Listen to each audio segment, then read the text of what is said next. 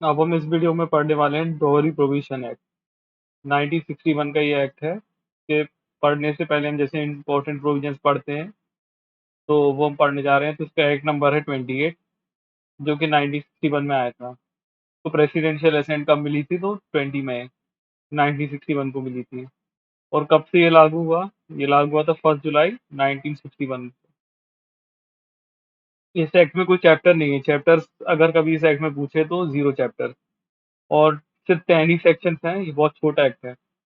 और इसमें जो ऑफेंस होगा नेचर है वो कॉग्निजेबल होगा और कंपाउंडेबल नहीं होगा। मतलब जो भी पुलिस है वो डायरेक्टली इन्वेस्टिगेशन कर पाएगी, अरेस्ट कर पाएगी। कंपाउंडेशन मतलब आपको, आप इसमें सेटलमेंट नहीं कर पाएंगे, और जो बेल होगी वो डिपेंड होगी कि आपके क्या सर्कमस्टेंसेस हैं। चलिए अब हम एक्ट पढ़ लेते हैं। बहुत ही छोटा सा एक्ट है ये।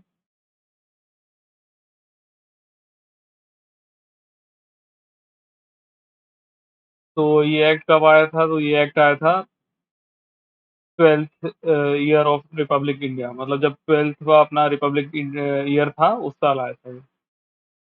और इसका पर्पस क्या है? तो उसका प्रीएम्बल बोलता है कि इसका पर्पस है एक्ट टू प्रोहिबिट गिविंग और टेकिंग डॉरी।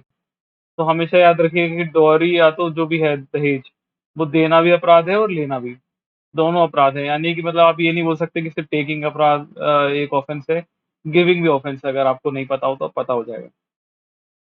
सबसे पहले आप पढ़ते हैं सेक्शन 1। सेक्शन 1 क्या है? Short title, extent, commencement. तो डॉरी प्रोविजन एक्ट इसका नाम है, 1961 का एक्ट है। अप्लाई होता है पूरे होल इंडिया में होता है। और कभी आया था? सेंट्रल गवर्नमेंट ने जब नोटिफिकेशन में ऑफिशियल गैजेट में इसको अपॉइंट किया था, तो कब अपॉइंट किया था? 1 जुलाई 1961 को। हम पहले ही पढ़ चुके हैं। फिर section number 2, definition of dowry. तो डॉरी की डेफिनेशन क्या है? तो एनी प्रॉपर्टी और valuable security given either directly और इनडायरेक्टली।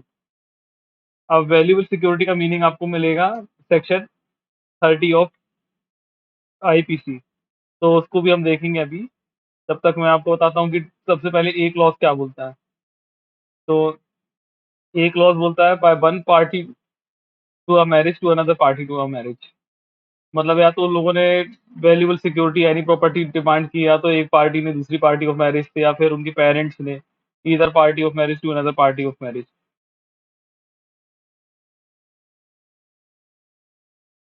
मतलब या तो उनके पेरेंट्स ने या उस पार्टी ने किसी अदर पार्टी के पेरेंट्स या उसके पार्टी से डिमांड की हुई। अब इसमें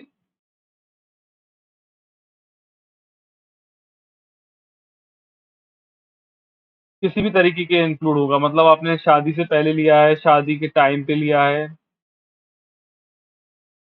एट और बिफोर और any time after marriage in connection with the marriage. Marriage से रिलेटेड आपने कुछ भी मांगा है। बस इसमें इंक्लूड क्या नहीं होगा? तो उसमें डॉवर जो होता है मुस्लिम लॉ में, डॉवर मतलब होता है कि एक तरीके से जब कोई वाइफ किसी से शादी करती है तो उसको कंसिडरेशन मिलता है मैरिज के लिए, जिसमें वो बाद में से उनके यहाँ पे डिवोर्स हो जाता है, तो डिवोर्स के बाद वो अपने कंसिडरेशन ये कभी भी ले सकती है। तो वो तो एक उसका कस्टमरी राइट है। तो उसको हम यहाँ पे इंक्लूड नहीं करेंगे। और मुस्लिम पर्सनल लॉ में जो भी शरीयत एप्लीकेबल होते हैं वो यहाँ पे एप्लीकेबल नहीं होंगे। अब देखिए यहाँ पे बताया हुआ है कि वैल्यूएबल सिक्योरिटी का क्या मीनिंग है। तो यहाँ पे वैल्यूएबल सिक्योरिटी का मीनिंग उन्होंने ये बताया कि जो section 30 of Indian penal code में दिया हुआ है। तो हम देख लेते हैं इंडियन पेनल कोड में क्या दिया है। तो the word valuable security denote to a document by which is purported to be a document whereby any legal right is created। या तो लीगल राइट आपका क्रिएट होता है, एक्सटेंड होता है, ट्रांसफर होता है, रिस्ट्रिक्ट होता है, या एक्सटिंग्विश हो जाता है, या रिलीज हो जाता है। मतलब आपका किसी भी तरीके का कोई भी राइट है, या तो क्रिएट हो रहा है, बन रहा है, खत्म हो रहा है, या ट्रांसफर हो रहा है, या उस पर प्रतिबंध लग रहा है, या रिलीज हो रहा है, आप फ्री हो रहे हैं। whereby any person acknowledges that he lies under legal liability और has not certain legal right. या तो वो बता रहा है कोई पर्सन की, या तो मेरा कोई लीगल राइट नहीं है, मेरी कोई लीगल लाइबिलिटी है, ऐसा वो मान रहा है, तो ये वैल्यूएबल सिक्योरिटी होगा। अब सेक्शन 3 है पेनल्टी फॉर गिविंग और टेकिंग डॉरी। तो जैसे मैंने आपको बताया कि दोनों ही अपराध हैं, या तो डॉरी देना भी मतलब दहेज देना भी अपराध है और दहेज देना भी अपराध है। तो if any person after commencement of this act, इस एक्ट के आने के बाद अगर कोई भी पर्सन है, या तो वो लेता है या कोई भी तरीके का मतलब लेता है, देता है, दोनों अबैटमेंट करता है। कोई भी ऑफेंस रिलेटेड टू गिविंग और टेकिंग ऑफ डावरी, मतलब दहेज लेने से या दहेज देने से संबंधित, तो उसको पनिशमेंट होगी कितने साल की इम्प्रिजनमेंट होगा, जिसका less than not less than 5 years, 5 years से कम तो नहीं होगा, और जिसकी फाइन भी लगेगा। फाइन कितना लगेगा? नॉट लेस देन 15,000 रुपीज, मतलब 15,000 रुपए से कम आपको फाइन नहीं देना, मतलब नहीं लगेगा, मतलब नहीं लग सकता, उससे ज्यादा ही लगेगा। या फिर जो वैल्यू जितना आपने दहेज मांगा, जिसकी वैल्यू ज्यादा होगी वो, या तो 15,000 रुपए, या जो दहेज आपने मांगा है वो आपको देना पड़ेगा एज अ फाइन। और इम्प्रिजनमेंट कितना होगा? तो इम्प्रिजनमेंट आपको होगा not less than 5 years, 5 years से कम नहीं होगा। हाँ, लेकिन कोर्ट अगर चाहे तो एडिक्वेट रीजन, अगर वो राइटिंग में लिख के अपने जजमेंट में लिख के आपके 5 ईयर से कम देना चाहे तो वो दे सकती है।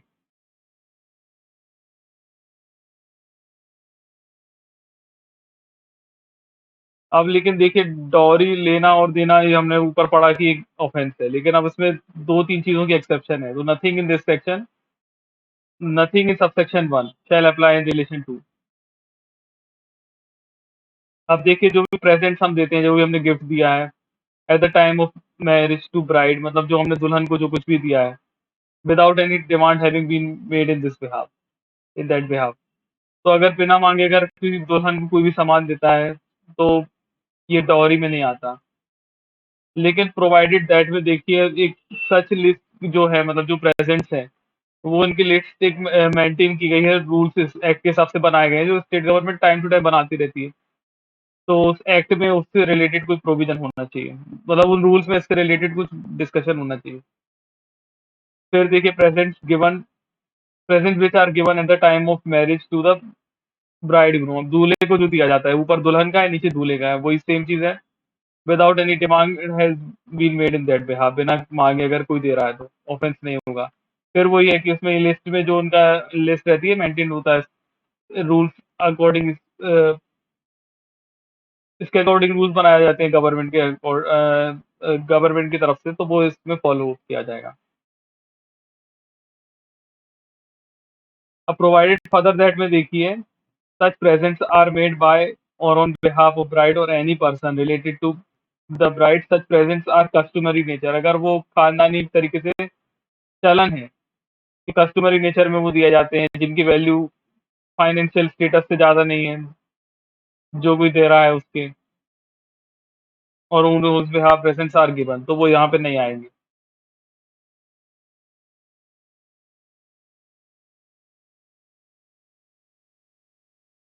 तो देखिए, फिर से पढ़ लेते, provided further that the where such presents are to be made by और behalf of the bride or any person related to bride, such presents are of customary nature and the value there are no excessive, having regard to the financial status of the person by whom or on whom on whose behalf such presents are given। तो simple सी बात है कि अगर financial status के against नहीं हो रहा उनके, और अगर कस्टमरी जो उनका चलन है उसके नेचर के हिसाब से दिए जा रहे हैं, तो वो उसमें इंक्लूड नहीं होगा।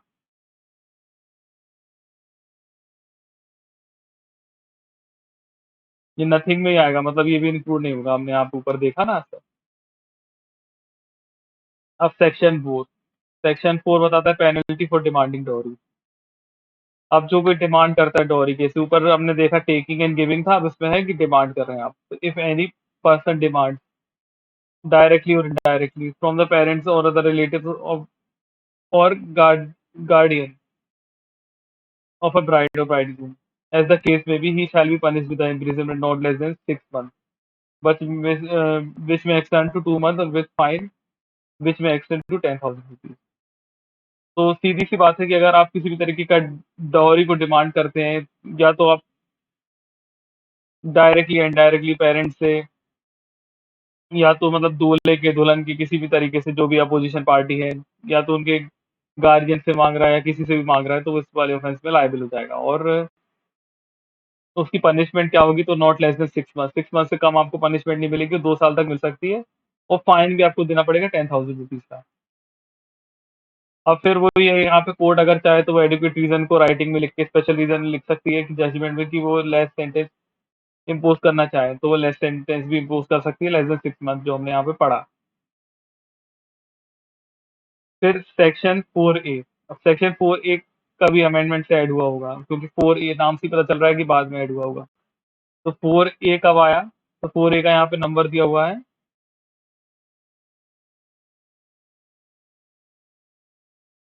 2 नंबर, तो 2 नंबर पे हम देख लेंगे। तो ये एक्ट नंबर 43 ऑफ 1986 से आया था और 19 नवंबर 1986 से ये एप्लीकेबल हुआ था।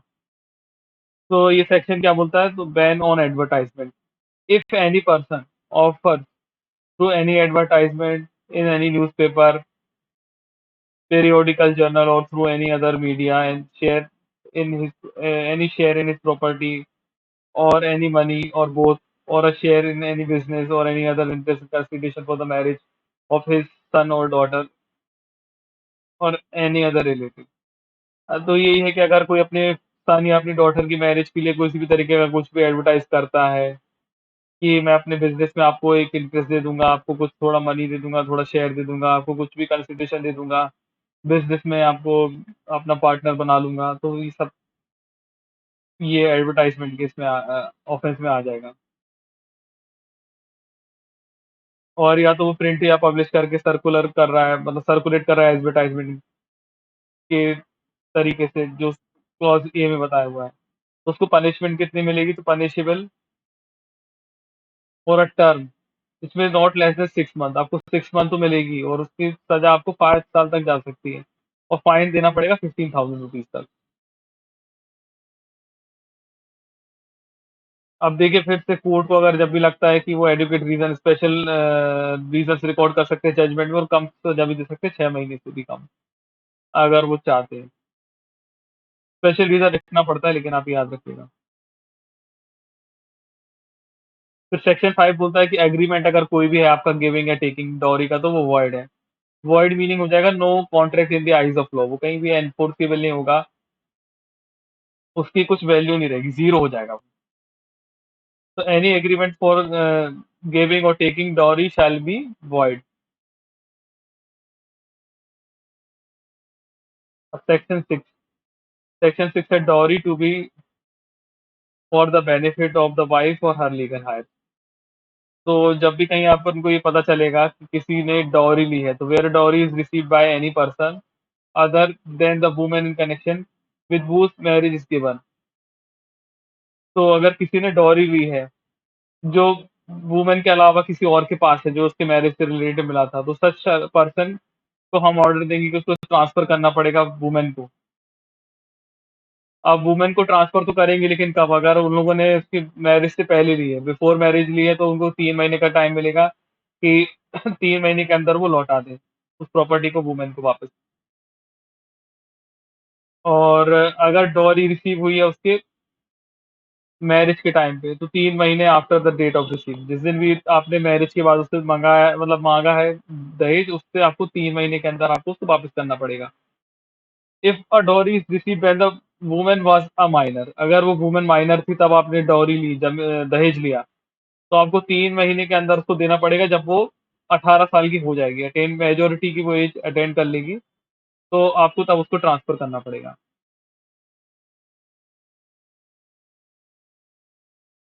और पेंडिंग ऑफ सच ट्रांसफर, मतलब जो भी चीज़ जब तक ट्रांसफर उसको हो नहीं पाएगी, तब तक आपको उसके बेनिफिट के लिए उसके ट्रस्ट में रखना पड़ेगा। मतलब उसके लिए आपको एक तरीके से प्रोटेक्शन में आपको अपने पास रखना पड़ेगा, ट्रस्ट बना के रखना पड़ेगा। जो भी प्रॉपर्टी आपने उस दहेज में ली है। अब किसी भी ऑर्डर, अगर हमने किसी भी पर्सन को ये ऑर्डर दिया और वो फेल हो गया कंप्लाई करने में, ट्रांसफर करने में प्रॉपर्टी वापस से, तो उसको पनिशमेंट कितना मिलेगा? उसको पनिशमेंट मिलेगा not less than 6 month, 6 month से कम नहीं मिलेगा और 2 साल तक जा सकता है। और फाइन फाइन आपको 5,000 रुपीज़ से कम नहीं मिलेगा और 10,000 रुपीज़ तक जा सकता है, या दोनों भी लिया जा सकता है। मतलब दोनों में से कुछ भी, या दोनों ही, या मतलब या तो एक बार में दोनों चीज़ भी आपसे ले सकते हैं, इम्प्रिज़नमेंट भी ले सकते हैं, फाइन भी ले सकते हैं, दोनों में से एक भी ले सकते हैं हम।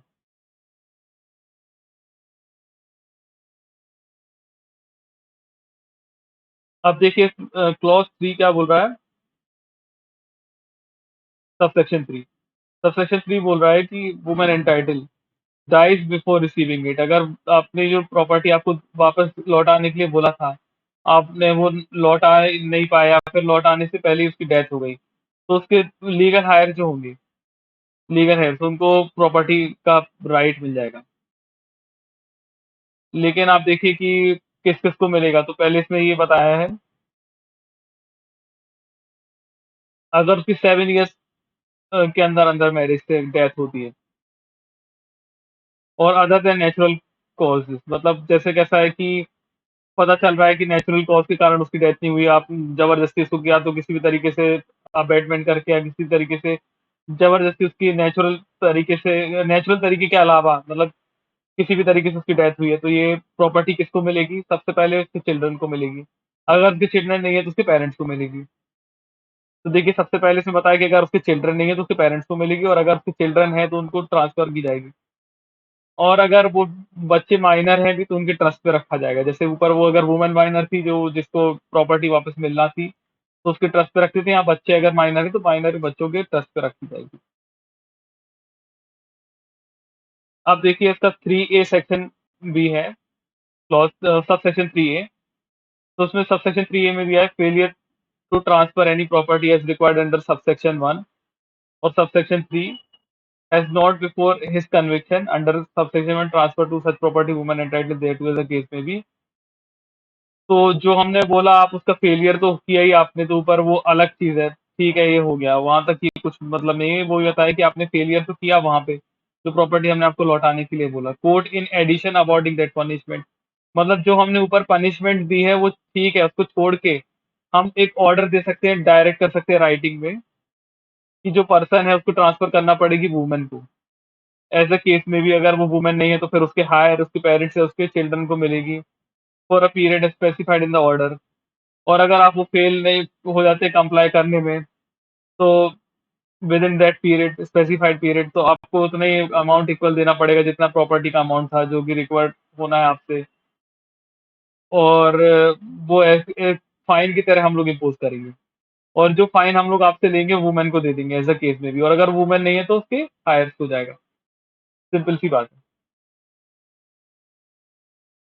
अब जो कुछ भी इस वाले सेक्शन में दिया हुआ है वो कभी भी सेक्शन 3 और सेक्शन 4 को अफेक्ट नहीं करेगा। किसी भी प्रोविजन के जो सेक्शन 3 या सेक्शन 4 की प्रोविजन है उसको यहाँ पे कुछ भी अफेक्ट नहीं होगा। सेक्शन 7 है cognizance of offence. Notwithstanding anything contained in code of criminal procedure, code of criminal procedure में कुछ भी है उसके अलावा सबसे पहले कोर्ट कौन सी कोर्ट लेगी, तो मेट्रोपॉलिटन मैजिस्ट्रेट होगा, अगर मेट्रोपॉलिटन सिटी है तो मेट्रोपॉलिटन मैजिस्ट्रेट होगा, या फिर जेएमएफसी बाकी सब जगह पे है। उनसे कोई भी इंफीरियर मतलब उनसे अगर कोई भी छोटा जज है, जैसे जुडिशियल मैजिस्ट्रेट सेकंड क्लास हुआ तो वो नहीं ले सकता। और कोर्ट कॉग्निजेंस डायरेक्टली भी नहीं ले पाएगी, या तो उसको खुद नॉलेज मिला हो या किसी पुलिस ऑफिसर ने रिपोर्ट सबमिट की हो कि ऑफेंस हुआ है, या फिर कंप्लेन की हुई एग्रीड पर्सन ने, या फिर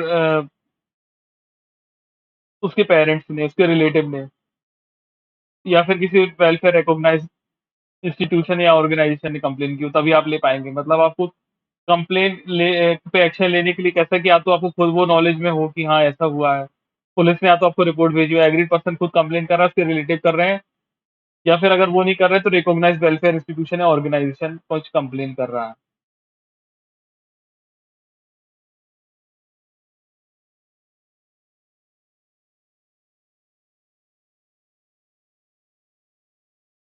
अब ये लॉफुल रहेगा मेट्रोपॉलिटन मैजिस्ट्रेट या जुडिशियल मैजिस्ट्रेट फर्स्ट क्लास को कि कोई भी सेंटेंस जो एक्ट से ऑथराइज की गई है किसी पर्सन को कन्विक्ट करने के लिए वो पास कर सकते हैं। आप देखिए एक्सप्लेनेशन बताया कि यहाँ पे जो रिकॉग्नाइज्ड वेलफेयर इंस्टीट्यूशन या ऑर्गेनाइजेशन है, उनका मीनिंग है सोशल वेलफेयर इंस्टीट्यूशन ऑर्गेनाइजेशन, जो कि सेंट्रल गवर्नमेंट या स्टेट गवर्नमेंट ने बना रखी है।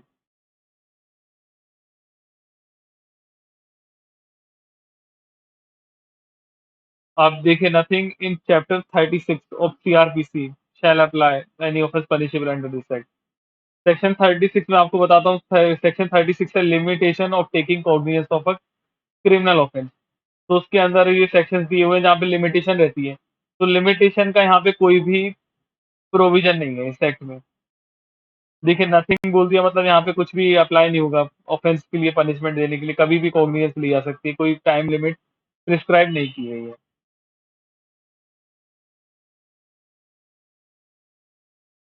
I am not pretending anything contained in any other law कहीं भी कुछ भी लिखा हुआ है, इससे कुछ फ़र्क नहीं पड़ेगा। अगर किसी भी पर्सन ने एग्रीड पर्सन ने कुछ इन्फॉर्मेशन दी है, तो उसके ऊपर किसी भी तरीके का मुकदमा नहीं चलाया जाएगा, प्रोसिक्यूशन इस एक्ट पे नहीं चलाया जाएगा जिसने ऑफ़ेंस दी है।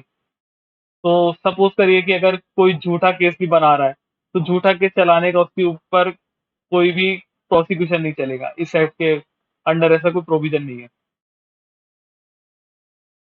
अब देखिए offences to be cognizable for certain cases and to be bailable and non compoundable. तो द सीआरपीसी में जो कुछ भी है वो were cognizable offence for the purpose of investigation, investigation के लिए कॉग्निजेबल ऑफेंस हो जाएगा। और any matter referred section 42 of code, section 42 में अरेस्ट कर सकते हैं, अरेस्ट से रिलेटेड सेक्शन है सेक्शन 42 सीआरपीसी का। Arrest of a person without a warrant और without an order of magistrate, तो उसमें आपको ये कॉग्निजेबल ऑफेंस हो गया डायरेक्टली, मैंने आपको पहले ही बताया था। और बेल या बेलेबल ऑफेंसेस यहाँ पे तो बता रहे हैं कि नॉन बेलेबल है, लेकिन यहाँ बता रहे हैं टू बी बेलेबल, तो जैसा ऑफेंस रहेगा वैसा इसमें होगा। और जनरली नॉन कंपाउंडेबल है ये, नॉन कंपाउंडेबल मतलब उसमें सेटलमेंट तो होगा ही नहीं। अब देखिए 8A भी है इसका सेक्शन। 8A क्या बोलता है? 8A आया कब है? 8A आया है 19 नवंबर 1986 से। और इस सेक्शन में बोलता है क्या कि burden of proof in certain cases. तो जनरली हम बर्डन प्रूफ पढ़ते हैं और क्रिमिनल केसेस में देखते हैं, तो जनरली बर्डन ऑफ प्रूफ कैसा है? प्रोसिक्यूशन पे रहता है। लेकिन डॉरी के केस में क्या है कि प्रोसिक्यूशन पे नहीं रहेगा, एक्यूज को प्रूव करना पड़ेगा कि नहीं हमने डॉरी वगैरह नहीं ली, हमने दहेज नहीं लिया। तो where any person is prosecuted for taking और अबेटिंग और taking dowry any dowry under section 3 or demanding of dowry under section 4, the burden of proving that he is not committed any offense is under those section shall be on him। मतलब उसी पे रहेगा कि उसको बताना पड़ेगा कि नहीं हमने कोई डॉरी वगैरह दहेज वगैरह नहीं लिया है। Section 8B dowry prohibition officer, तो स्टेट गवर्नमेंट को जब भी लगता है तो वो डॉरी प्रोहिबिशन ऑफिसर बना सकते हैं हर जगह पे जैसे उनको ठीक लगे, जितने भी एरिया में जैसे भी। और उनको जुरिडिक्शन दे सकते हैं कि वो अपने पावर को एक्सरसाइज करें। अब डॉरी प्रोविजन ऑफिसर के क्या-क्या फंक्शंस है, पावर्स होंगे, तो यहाँ पे ये लिखा हुआ है। सबसे पहले उनको ये देखना पड़ेगा कि प्रोविजन एक्ट के सारे का अप्लाई हो रहे हैं कि नहीं हो रहे हैं, और उनको रोकना पड़ेगा जितना भी पॉसिबल हो सके कि किसी भी तरीके का बेटिंग या taking of demand of dowry अगर हो या ना हो। मतलब ये उनको देखना पड़ेगा, रोकना पड़ेगा कि जितना भी हो सके कि किसी भी तरीके के डॉरी का लेने से रिलेटेड ना तो वो ले पाए या ना उसका अबैटमेंट हो डॉरी से डिमांड से लेके। और एविडेंस को कलेक्ट करना, अगर कहीं भी डॉरी का ऑफेंस हो रहा है तो उनको एविडेंस कलेक्ट करना पड़ेंगे जो कि नेसेसरी रहेंगे prosecution of person committing the offence of dowry under this act. और जो भी एडिशनल फंक्शन उनको स्टेट गवर्नमेंट ने दिए हुए हैं तो वो फंक्शन उनको परफॉर्म करना पड़ेंगे as may be specified made under this rule.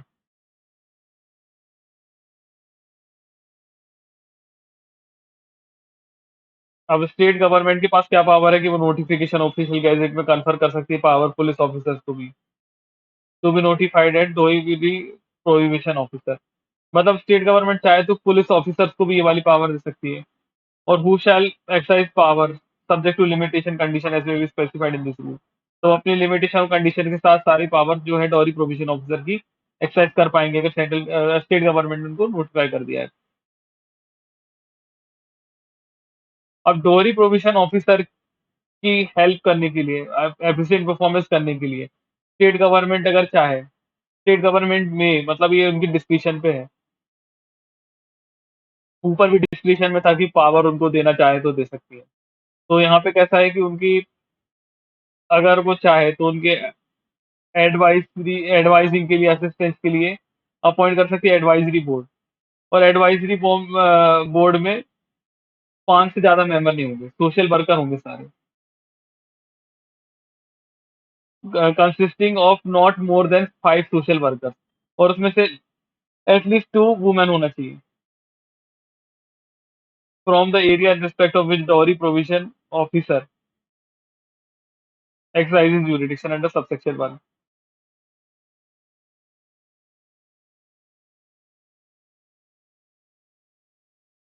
अब पावर टू मेक रूल्स, इस वाले एक्ट में दोनों ही गवर्नमेंट को पावर है। सबसे पहले सेंट्रल गवर्नमेंट की पावर दी हुई है सेक्शन 9 में, और स्टेट गवर्नमेंट पर सेक्शन 10 में दी हुई है। अब देखिए जो ज्यादा पावरफुल गवर्नमेंट है, जो हमारे ज्यादा पावरफुल गवर्नमेंट हम बोल सकते हैं सेंट्रल गवर्नमेंट। सेंट्रल गवर्नमेंट पहले आएगी, फिर स्टेट गवर्नमेंट बाद में आएगी। तो सेंट्रल गवर्नमेंट का सेक्शन है 9। तो सेंट्रल गवर्नमेंट नोटिफिकेशन कर सकती है ऑफिशियल गैजेट में, और इतने सारे पर्पज इस एक्ट के सारे पर्पज को कैरी करने के लिए कौन कौन से। तो बिना इसको इस वाले एक्ट के पुराने जो भी प्रोविजंस हैं उनको बिना प्रीजुडिस करे, या फॉरगोइंग प्रोविजंस में जो कुछ भी हो चुका है उसके अलावा क्या कर सकती है, किसी भी तरीके का फॉर्म और मैनर बता सकती है कि जिसमें person by whom any list presents or referred in subsection 2, 3 shall be maintained and all the matters connected therewith। तो फॉर्म और मैनर बता सकती है कि जो हमने लिस्ट ऑफ प्रेजेंट्स बनाना थी ना, कि क्या डोरी के उसमें नहीं आएगा, तो उसको कैसे मेंटेन किया जाएगा वो बता सकती है। और बेटर कोऑर्डिनेशन के लिए पॉलिसी बना सकती है कि इस एक्ट का एडमिनिस्ट्रेशन अच्छे से हो पाए। अब वही बात है कि फिर जो भी उन लोगों ने बनाया है उसको दोनों हाउस ऑफ के सामने पार्लियामेंट के रखना पड़ेगा, टोटल पीरियड ऑफ 30 डेज। और अगर वो पहले उसके एक्सपायर हो रहा है तो सक्सेसिव सेशंस में रखना पड़ेगा। और फिर जैसा वो दोनों आपस में दोनों हाउस जैसा एग्री करेंगे मॉडिफिकेशन के साथ, बिना मॉडिफिकेशन के साथ, जो उनका फाइनल होगा और वो ही फाइनल माना जाएगा। और जो कुछ भी उनका फाइनल होगा वो अगर कुछ पहले से इसमें हो चुका है तो उसको अफेक्ट नहीं करेगा। सिंपल सी बात है। अब लास्ट सेक्शन पढ़ेंगे, सेक्शन 10। तो power of state government to make rules, जैसे ऊपर 9 में हमने सेंट्रल गवर्नमेंट की बात की थी, यहाँ स्टेट गवर्नमेंट की बात है। तो स्टेट गवर्नमेंट भी चाहे तो ऑफिशियल गैजेट में इस पर्पस के प्रोविजंस को कैरी आउट करने के लिए रूल बना सकती है, बिना किसी भी प्रोविजन के जनरलिटी या फोरगोइंग पावर को प्रोड्यूस किए हुए। सबसे पहली पावर वो क्या कर सकती है कि एडिशनल फंक्शन दे सकती है, जो परफॉर्म कर सकते हैं डोरी प्रोविजन ऑफिसर, या लिमिटेशन या कंडीशन लगा सकती है कि डोरी प्रोविजन ऑफिसर कुछ पावर को एक्सरसाइज करेंगे under subsection 3 of section 8 B. और जो भी रूल यहाँ पे बनाए जाएंगे वो दोनों हाउस ऑफ पार्लियामेंट के सामने रखे जाएंगे, स्टेट लेजिस्लेचर के। तो आज हमने डोरी प्रोविजन एक्ट ही कंप्लीट कर दिया, एक ही वीडियो में पूरा एक्ट कंप्लीट हो गया, क्योंकि ये सबसे शॉर्टेस्ट एक्ट था अभी तक।